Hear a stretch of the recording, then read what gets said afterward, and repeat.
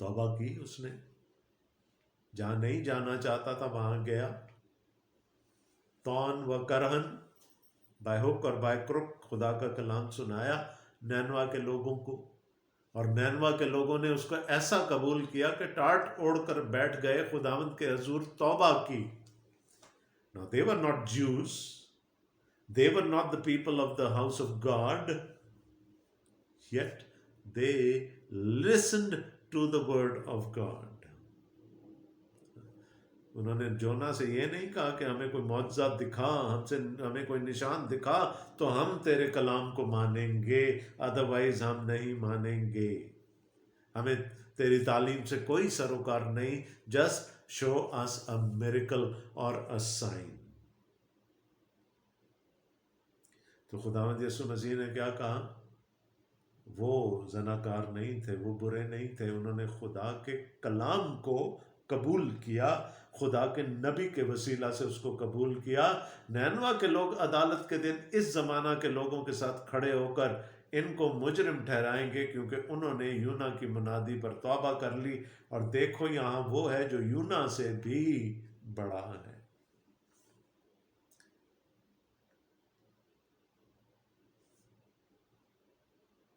خداوند یسوع مسیح نے انہی یہودیوں سے کہا تھا نا، انہی فقیوں اور فریسیوں سے کہا تھا، تم کلام مقدس میں ڈھونڈتے ہو، ہمیشہ کی زندگی ڈھونڈتے ہو، اور کلام مقدس وہ ہے جو میری طرف اشارہ کرتی ہے. And you reject me, and if you reject me you reject the word of God. تو یہ وہ لوگ تھے جن کو خدا کے کلام سے کوئی سروکار نہیں تھا. they were more interested in the supernatural, in miracles.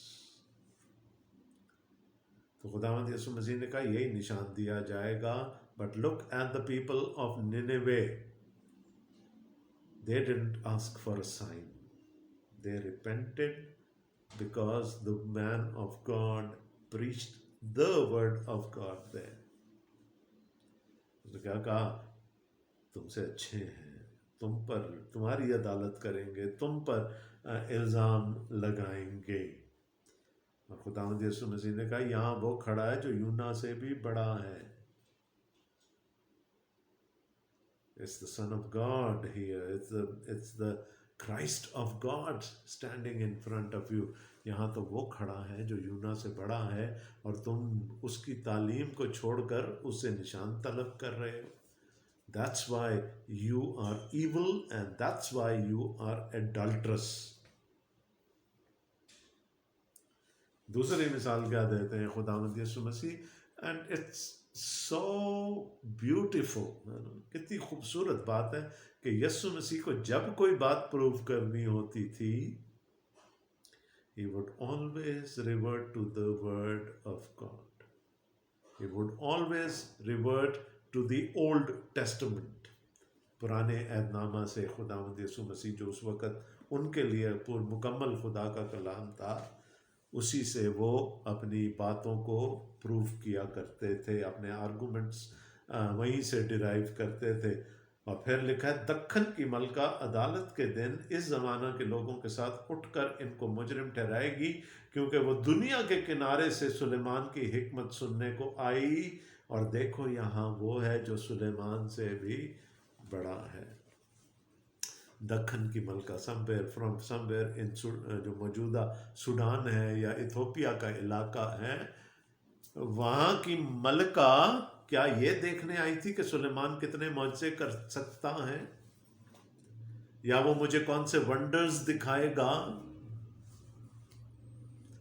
نو. کیا سننے آئی تھی؟ سلیمان کی حکمت. اور سلیمان کے پاس وہ حکمت کہاں سے آئی تھی؟ کس سے مانگی تھی اس نے یہ حکمت؟ خدا سے. خدا کا کلام جو سلیمان کے پاس تھا، اس کو سننے کے لیے وہ اتنی دور سے سفر کر کے آئی. اس نے کوئی میریکولس سائن نہیں مانگا، اس نے کوئی معجزہ، کوئی نشان نہیں مانگا سلیمان سے. اور یسوع کیا کہہ رہے ہیں یہاں پر؟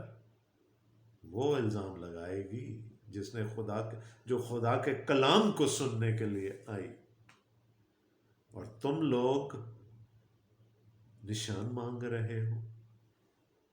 خدا کے کلام سے بڑا اور کیا نشان ہو سکتا ہے؟ اور دیکھو یہاں وہ ہے جو سلیمان سے بھی بڑا ہے۔ ایک ہی پیراگراف نے خداوند میں یسوع مسیح نے اپنے آپ کو پرانے عہد کے نبیوں سے بڑا ڈکلیئر کر دیا، اور پرانے عہد کے بادشاہوں سے بھی بڑا ڈکلیئر کر دیا۔ One bigger than Solomon is here. تو جو سلیمان کے پاس حکمت تھی، جس کے پاس خدا کا کلام تھا، اور یہاں تو خود خدا کا کلام کھڑا ہے۔ دکن کی ملکہ، the queen of south, came to listen to his wisdom, and his wisdom was derived from God. She didn't ask for a sign. تو اگر آج میں اور آپ بھی معجزات میں کھوئے ہوئے ہیں، پھنسے ہوئے ہیں، ہم ان کی طرف زیادہ اٹریکٹ ہو جاتے ہیں جو یہ دعوے کرتے ہیں کہ وہ معجزے کر سکتے ہیں، تو یاد رکھیے گا میرے اور آپ کے لیے بھی پھر وہی لقب ہوگا خداوند یسوع مسیح کے پاس، جو اس نے اس وقت نشان طلب کرنے والوں کے لیے استعمال کیے۔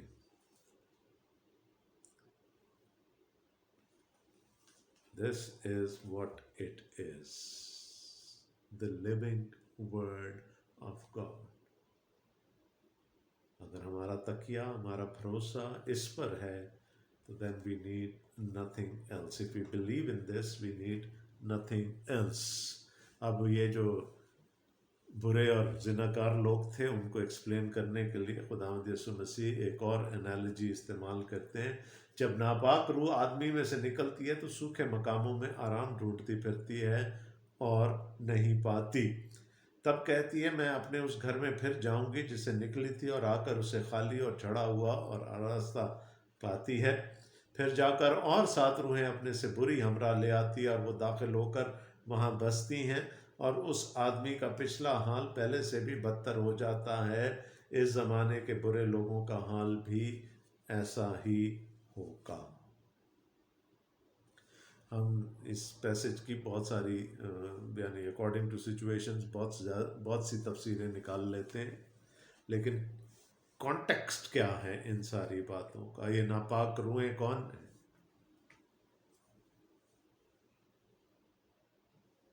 اب وہ دیکھیں کیا ہو رہا ہے یہاں پر۔ They are asking for a sign, اور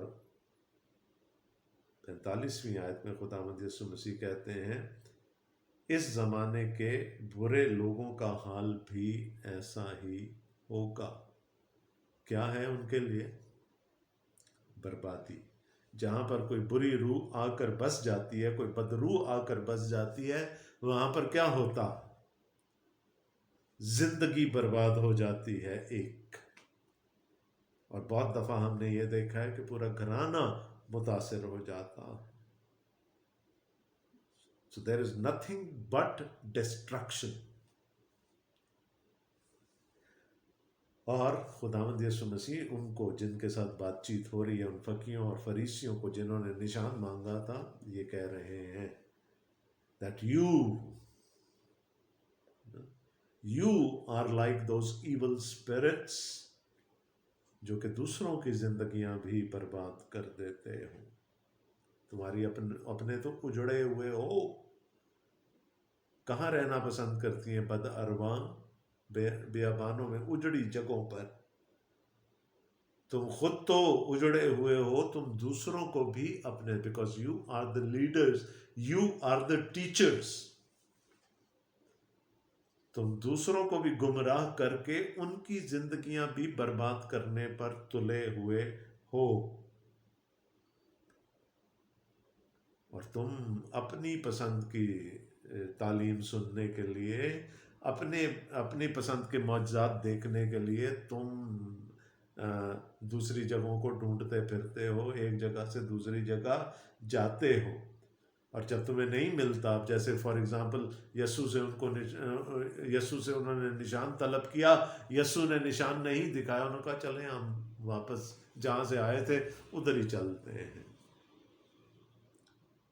اور جو لوگ پہلے ہی ان کی تعلیم سے اجڑے ہوئے ہیں، برباد ہو چکے ہیں، وہ پہلے ان کو جب جا کر دیکھتے ہیں تو وہ اپنے اسی حالت میں ہوتے ہیں، پھر جا کر ان کو مزید لکھائے وہ جاتے ہیں اور ساتھ اور لے آتی ہیں، اپنے سے بری روحیں لے آتے ہیں. That's how evil congregates. اور کیا ہوتا ہے کہ پچھلا حال اگلے سے بدتر ہو جاتا. It's a downward spiral. لوگ پھر اس میں پھنس جاتے ہیں، بھنور میں پھنس جاتے ہیں، ورل پول میں پھنس جاتے ہیں، اور پھر وہ نیچے اور نیچے اور نیچے اور نیچے جاتے رہتے ہیں، حتیٰ کہ وہ ختم ہو جاتے ہیں، برباد ہو جاتے ہیں. It's only because their teachers, their spiritual leaders, they have more fascination for the supernatural. وہ پھنس گئے ہیں اس کویگمائر میں، اس دلدل میں، کہ وہ سچ کو، سچی تعلیم کو پرکھنے کے قابل نہیں رہے. اور ان کا حال کیا ہے؟ پچھلا حال اگلے سے بھی بدتر ہو جاتا ہے. اس زمانے کے برے لوگوں کا حال بھی ایسا ہی ہوگا. They are on a downward spiral now. اب ایک اور چھوٹا سا واقعہ یہاں پر بیان کیا گیا ہے. Jesus is busy ministering to people. مصروف ہے خداوند یسوع مسیح.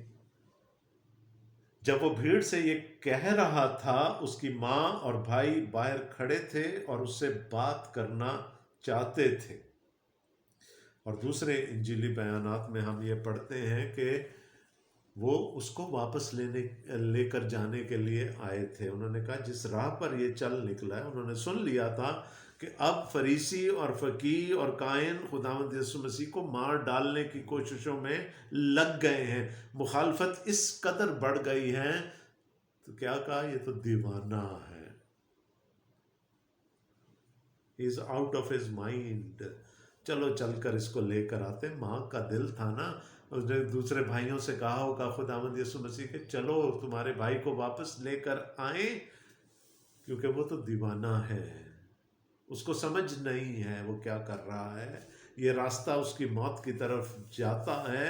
لیٹس سیلویج ہم، لیٹس سیو ہم. متی اس ساری تفصیل میں نہیں جاتا. سمے کیا بتا رہا ہے؟ جب وہ بھیڑ سے یہ کہہ رہا تھا، اس کی ماں اور بھائی باہر کھڑے تھے اور اسے بات کرنا چاہتے تھے. They had come to see him. کسی نے اس سے کہا دیکھ تیری ماں اور تیرے بھائی باہر کھڑے ہیں اور تجھ سے بات کرنا چاہتے ہیں. Your family, your immediate family is here. They want to talk to you. اب ایسے کوئی شہر کے باہر رہتا ہو اور اچانک سے بغیر کسی نیوز کے اس کی فیملی اس کو ملنے کے لیے آ جائے تو کتنی ایکسائٹمنٹ ہوتی ہے. مجھے یاد ہے جب میں بورڈنگ اسکول میں ہوتا تھا and my mother would come to visit me, اور اس زمانے میں یہ نہیں تھا کہ پہلے سے فون کر کے اور یہ اور وہ ساری باتیں. It used to be surprise and it used to be exciting. خداوند یسوع مسیح کے اب ظاہر ہے وہ ناصرت میں رہتے ہیں. خداوند یسوع مسیح کفرنہوم میں ہیں. They have come all the way from Nazareth to Capernaum to visit with him, to see him and probably to take him back with them. اس نے خبر دینے والے کو جواب میں کہا کون ہے میری ماں اور کون ہے میرے بھائی؟ وہ جو بیچارہ پیغام لے کر آیا تھا وہ نروس ہو گیا ہوگا، کنفیوز ہو گیا ہوگا خداوند یسوع مسیح کے جواب سے. اس نے یہ سوچا ہوگا کہ شاید یسوع مسیح یہ کہہ رہے ہیں کہ چیک کر باقی میری ماں ہے، میرے بھائی مجھے ملنے کے لیے آئے ہیں یا کوئی اور آیا ہے. لیکن خداوند یسوع مسیح یہاں پر کچھ اور بتانا چاہتے ہیں اور اپنے شاگردوں کی طرف ہاتھ بڑھا کر کہا دیکھو میری ماں اور میرے بھائی یہ ہیں. This is my family. کیونکہ جو کوئی میرے آسمانی باپ کی مرضی پر چلے وہی میرا بھائی اور میری بہن اور میری